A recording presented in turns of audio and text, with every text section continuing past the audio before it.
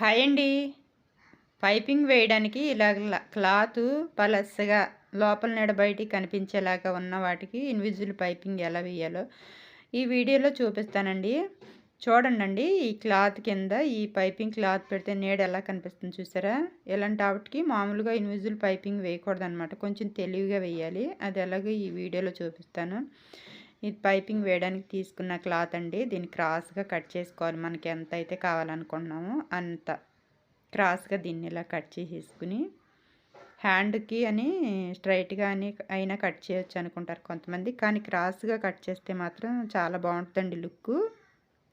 Cloth కొంచెమే ఉంటే మాత్రం స్ట్రైట్గానే కట్ చేయండి, పర్లేదు. కొంచెం ఎక్కువగానే ఉందనుకుంటే క్రాస్గా కట్ చేయడానికి చూడండి. ఓకేనా? ఇలా కట్ చేసేసుకుని మనకి ఎన్ని పీసులు కావాలో అన్ని పీసులు కట్ చేసేసుకుని దీన్ని ఇలాగా జాయిన్ చేసేసుకోండి.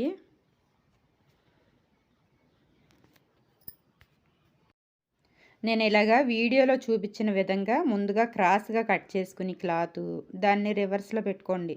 అటొక పీసు ఇటొక పీసు పెట్టేసుకుని ఇలా కుట్టుకున్నారంటే మనకి ఒకే చోట ఉబ్బెత్తుగా ఉండకుండా ఉంటుందన్నమాట జాయింట్ చేసిన క్లాత్. ఓకేనా? ఇలాగ మొత్తం కూడా ఇలా జాయింట్ చేసుకోండి. ఎన్ని పీసులు కావాలంటే అన్ని పీసులు. ఆ తర్వాత జాయింట్ చేయటం అయిపోయిన తర్వాత ఇలా ఈ కుట్టు కట్ చేసేసుకుని ఇప్పుడు దీని మధ్యలో థ్రెడ్ పెట్టుకోవాలి. ఇలా మధ్యలో పెట్టేసుకోండి. థ్రెడ్ ఇలా మధ్యలో పెట్టేసుకుని చక్కగా, నేను ఇప్పుడైతే ఇది సన్న థ్రెడ్ అండి, నేను పాదాన్ని కూడా అసలు పైకి లేపట్లేదన్నమాట. చక్కగా చూసుకుని పక్కనే వచ్చేలాగా కుట్టు వేసుకుంటున్నా. ఇలా పాదానికి ఓ పక్కన వచ్చేస్తుంది కుట్టు. చూడండి, నేను చూపిస్తా. ఇదిగో ఈ పాదం మధ్యన చక్కగా గ్యాప్ ఉంది కదా, ఆ గ్యాప్లో థ్రెడ్ వెళ్ళిపోతుందండి. ఇలా చూసి కాస్త నెమ్మదిగా కుట్టుకోవాలి. సన్న థ్రెడ్ తీసుకున్నాం అనుకోండి, ఆ థ్రెడ్ నెంబరు ఏంటంటే 12వ నెంబరు. అలా తీసుకున్నాం అనుకోండి, ఇలా మధ్యలో థ్రెడ్ పక్కన వెళ్ళిపోద్ది అనమాట. థ్రెడ్ పక్కన కుట్టు పడిపోద్ది. నేను ఇంతవరకు పాదాన్ని పైకి లేపేదాన్ని లైట్గా, ఇప్పుడు అలా కూడా పైకి లేపడం లేదు. చూడండి ఎంత స్మూత్గా కుట్టు వెళ్ళిపోతుందో. ఇదిగో ఇలా మొత్తం కూడా థ్రెడ్ పెట్టి క్లాత్ ఇలా కుట్టేసుకోండి. ఇలా కుట్టేసుకున్న తర్వాత ఈ పీసు ఎక్స్ట్రా మొత్తం కట్ చేసుకోండి. ఒక పాదం వరుస మాత్రమే ఉంచుకుని ఈ పీసులు మొత్తం కూడా చక్కగా ఇలా కట్ చేసుకోండి.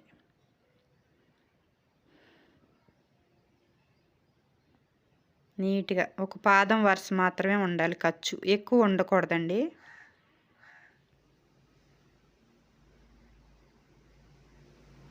ఆ తర్వాత ఈ క్లాత్ తీసుకుని లైనింగ్ ఒరిజినల్ కూడా తీసుకుని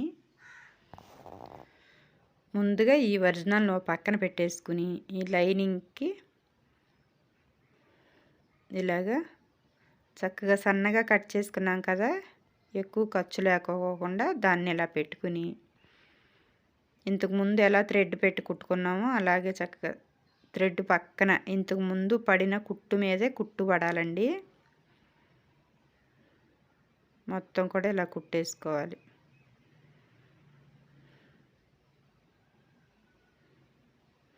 ఆ తర్వాత ఇటువైపు తిప్పి చూస్తే కనిపించట్లేదు కదా ఖర్చు.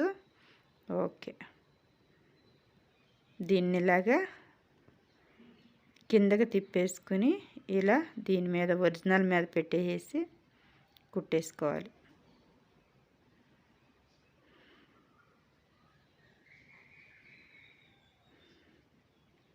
ఇంతకుముందు పడిన కుట్టు మీదే పడాలి కుట్టు. ఇదొకటి చూసుకుంటే చాలు మనకి.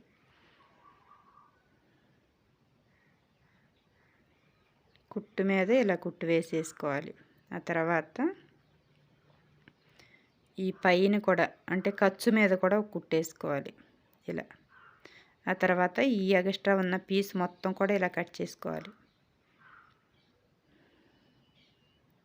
ఇలా కట్ చేసుకుని దీన్ని ఇలా తిప్పేసుకుని ఈ ఖర్చు లైనింగ్ పైకి తిప్పుకుని లైనింగ్ వైపుకు తిప్పుకుని ఇలా లైనింగ్ వైపుకు ఉండాలి ఖర్చు. ఇలా తిప్పుకుని దీనిపైన ఒక కుట్టేసుకోవాలి ఖర్చు పైన.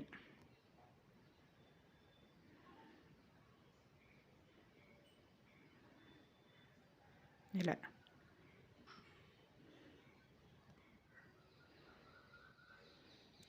ఇప్పుడు ఈ లైనింగ్కి ఒరిజినల్కి ఖర్చుకి కూడా కలిపేసేసి పైపింగ్ బయటికి కనిపించేలాగా చక్కగా టాప్ స్టిచ్ వేసుకోవాలి పైన. ఇలాగా నీట్గా ఇలా కుట్టేసుకోవాలి పైన.